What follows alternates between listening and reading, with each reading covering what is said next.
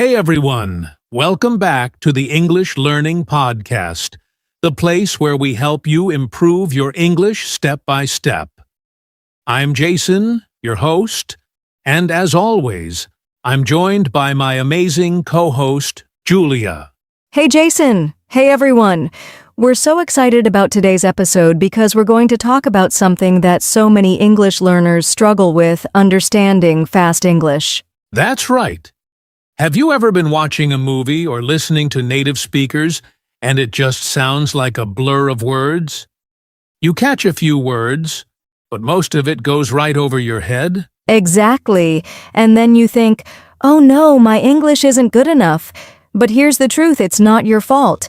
English sounds fast because of the way native speakers connect words, reduce sounds, and speak naturally. Yes. So today, we're going to break it all down for you. We'll explain why fast English is hard to understand, how native speakers actually talk, and most importantly, strategies to improve your listening skills. By the end of this episode, you'll feel more confident and ready to understand English speakers, even when they talk fast.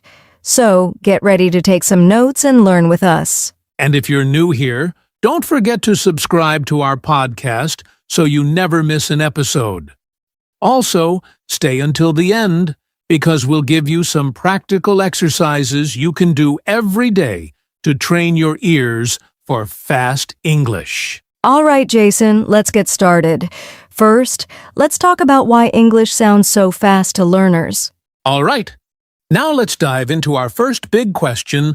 Why does English sound so fast to learners? Yes, many learners feel like native speakers talk at lightning speed, but actually, English isn't necessarily faster than other languages. It just sounds that way because of the way we connect words, reduce sounds, and stress certain syllables. Exactly. Let's break it down. The first reason English sounds fast is connected speech. This means native speakers link words together instead of pronouncing them separately. For example, let's take the phrase, "What are you doing?" A learner might expect to hear each word clearly, "What are you doing?" But a native speaker says it much faster, like, "What you doing?" That's a great example. And here's another one. Instead of saying, "Did you eat?" we often say, "Did ya eat?" Yes. So if you're expecting to hear every single word clearly, it can be really confusing when native speakers blend words together. Right. The second reason is word reductions. Native speakers shorten words in casual speech. For example, going to, gonna, I'm gonna call you. Want to, wanna, do you wanna go? Got to, gotta, I gotta go now. And let's not forget contractions. Instead of I am, we say I'm. Instead of he will, we say he'll. If you're not used to hearing these shortened forms, it can feel like words are disappearing. That's so true. And the third reason fast English is hard to understand is unstressed words. English speakers don't pronounce every word with equal weight. Some words are stressed, and others are weaker and faster. Exactly. Take the sentence, "I went to the store." A learner might expect to hear every word clearly, "I went to the store." But in real speech, we say, I went to the store. The words to and the become so weak that they almost disappear. So if you're struggling to understand fast English, it's not because your English is bad. It's because native speakers don't speak the way textbooks teach. That's right. But don't worry. We're going to teach you some great strategies to train your ears and start understanding fast English more easily. Yes. Coming up next, we'll talk about the common features of fast English and how you can recognize them. Now that we know why English sounds fast, let's break it down even further. What exactly makes native English speech sound so different from textbook English? Great question, Jason. There are 3 major features of fast English that every learner needs to understand. 1. Linking sounds. 2. Word reductions. 3. Dropped sounds. Let's start with linking sounds. In English, words don't always stand alone, they connect to the words next to them. Right. A great example is turn it off. A learner might expect to hear each word clearly, turn it off.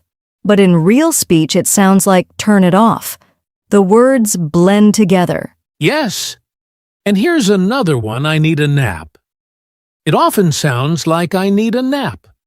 The words need and a connect so smoothly that the D sound blends in.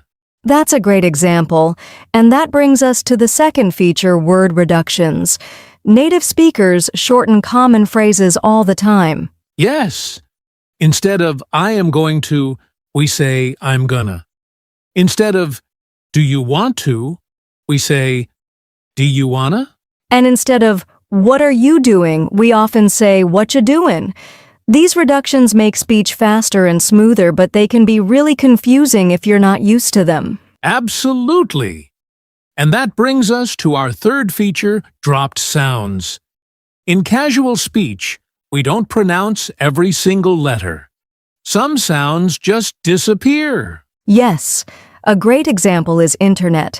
We don't usually say internet. Instead, we say internet. The T sound gets softer or disappears.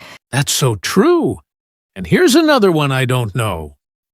Instead of pronouncing every letter, many native speakers say, I don't know. The T sound is dropped completely. Right. These dropped sounds happen a lot in fast speech, which is why learners often feel like they're missing words, even though they're actually just hearing natural English. Exactly. So, if you've ever thought, why do I understand English in textbooks, but not in real life? Now you know the answer. It's because of linking, reductions, and dropped sounds. And don't worry, coming up next, we'll share powerful strategies to train your ears so you can start understanding fast English much more easily. All right. Now that we understand why fast English is hard to catch and the common features of fast speech, it's time for the most important part, how to train your ears to understand fast English better. Yes. If you've ever felt frustrated because you can't catch every word in a conversation, don't worry. We have some powerful strategies that will help you improve your listening skills. Absolutely. Let's go step by step. Strategy 1, train with slow, then fast speech. Yes, start by listening to clear, slower English, and then gradually increase the speed. For example, if you're listening to a podcast or watching a YouTube video, first play it at 0.75x speed. Then, after you understand it, listen again at normal speed. That's a great way to train your ears to recognize fast speech. And here's another trick. Many platforms like YouTube and Netflix allow you to slow down or speed up audio. Exactly. All right, here's strategy 2. Listen and read at the same time. This is so important. When you listen with subtitles or transcripts, your brain connects what you hear with what you see. It helps you recognize linking, reductions, and dropped sounds in real speech. Yes, you can do this with podcasts, audiobooks, or even TV shows. First, listen with subtitles, then try listening without subtitles to test yourself. Love that. Okay, moving on to strategy 3, shadowing. This is one of the best techniques to improve both listening and speaking. Oh yes, shadowing means listening to a short sentence and repeating it immediately, almost like you're an echo. For example, if you hear, "What do you want to do?" Don't pause. Just repeat it immediately in the same speed and rhythm. What do you want to do? Yes, this helps your ears get used to fast, natural speech, and at the same time it improves your pronunciation. Great tip! Now let's talk about strategy 4, focus on keywords, not every word. This is so important. Many learners try to understand every single word, but native speakers don't always pronounce every word clearly. Instead, focus on the main words in a sentence. Right. If someone says, "Do you want to grab some coffee later?" don't try to hear every single sound, just focus on the important words, "want a coffee later." That's enough to understand the meaning. Exactly. And our last tip, strategy 5, listen every day, even for 5 minutes. Yes, the more you listen, the easier it gets.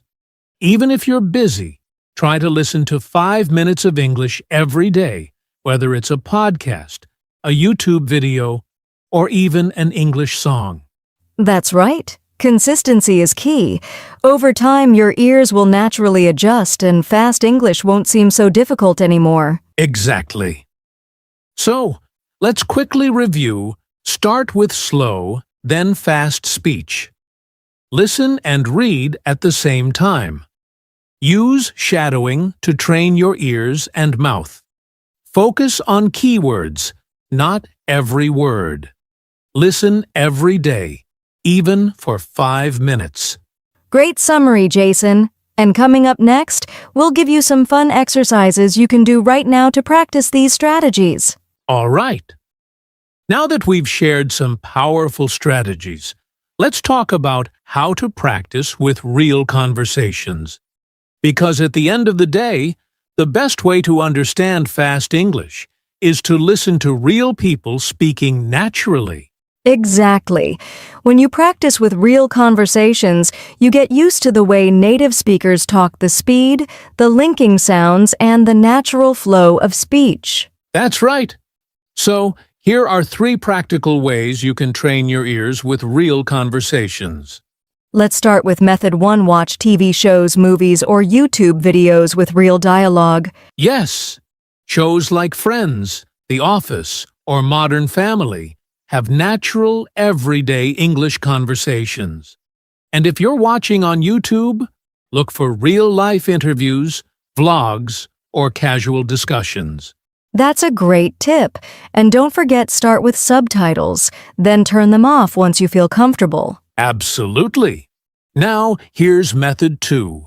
Listen to podcasts with real conversations. Oh yes, many podcasts like this one are unscripted and natural. That means you'll hear real spoken English, just like how people talk in daily life. Exactly. And a great way to practice is to pause after a sentence and repeat what you hear.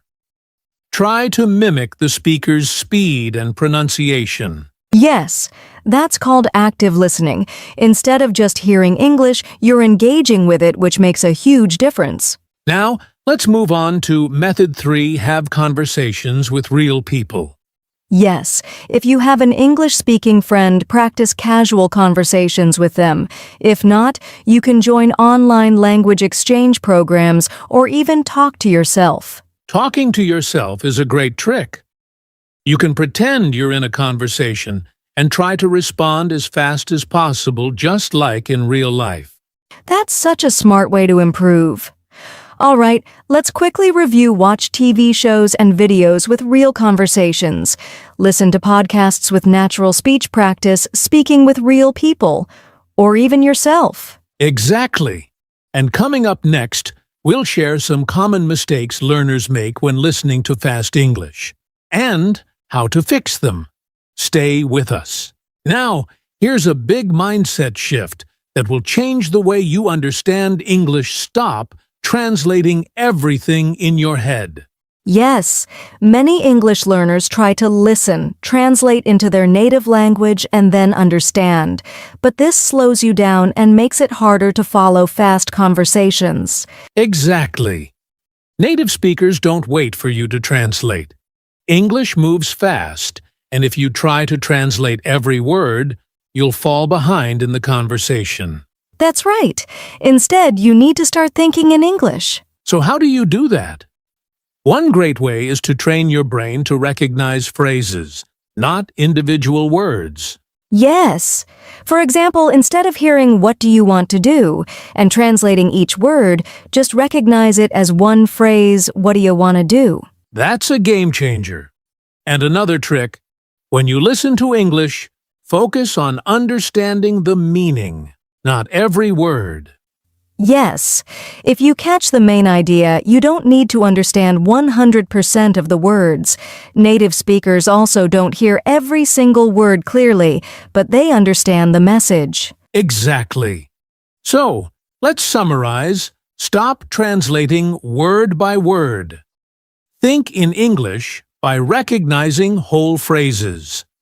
Focus on the main idea, not every single word. If you practice this daily, you'll notice a huge improvement in how fast you understand English. Coming up next, we'll talk about how to build confidence in understanding fast English. Stay tuned.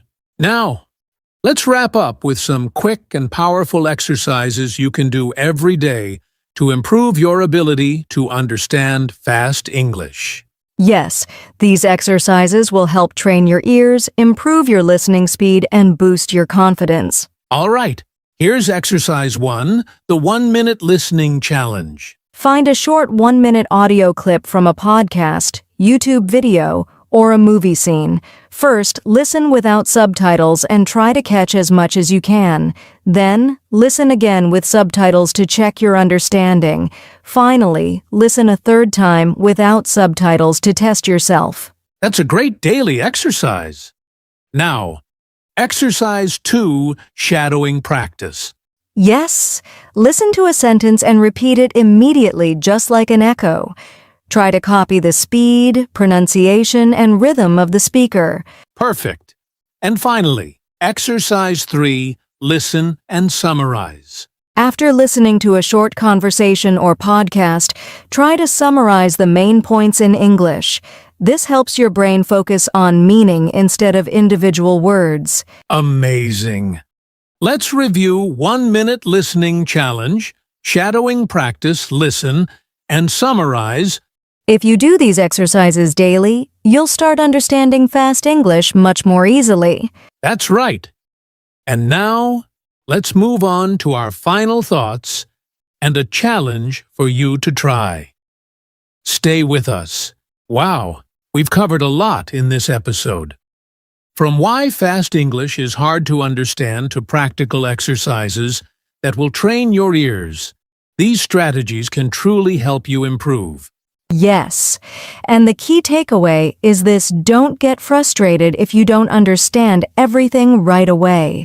Listening to fast English is a skill, and like any skill, it takes time and practice. That's so true.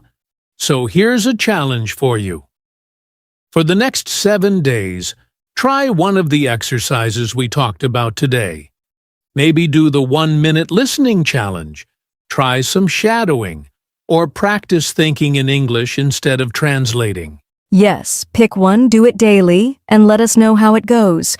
You can share your experience in the comments or even send us a message. And if you found this episode helpful, don't forget to like, subscribe, and share it with other English learners. Also, check out our other podcast episodes for more tips on speaking and understanding English naturally. That's it for today. Keep practicing, keep listening, and we'll see you in the next episode. Take care and happy learning.